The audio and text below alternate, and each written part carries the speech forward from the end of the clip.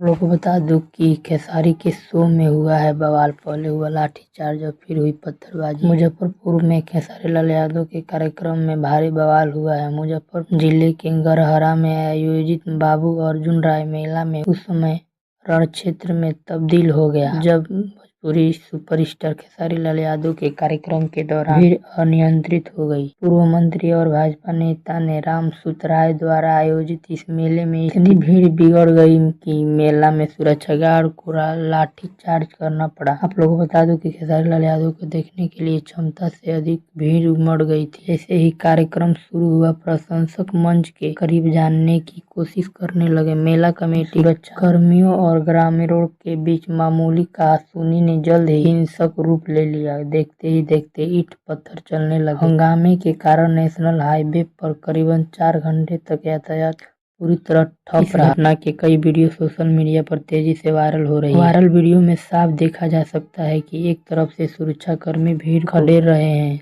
तो दूसरी तरफ आक्रोशित लोग उन पर पथराव कर रहे हैं।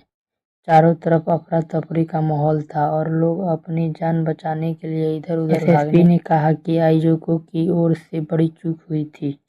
मुजफ्फरपुर के एसपी कांतेक कुमार मिश्रा, उन्होंने बताया कि मेले के आयोजन के लिए अनुमति ली गई थी, जिसके आधार पर 150 पुलिसकर्मी, 4 थानों के प्रभारी और एक डीएसपी को तैनात किया गया था।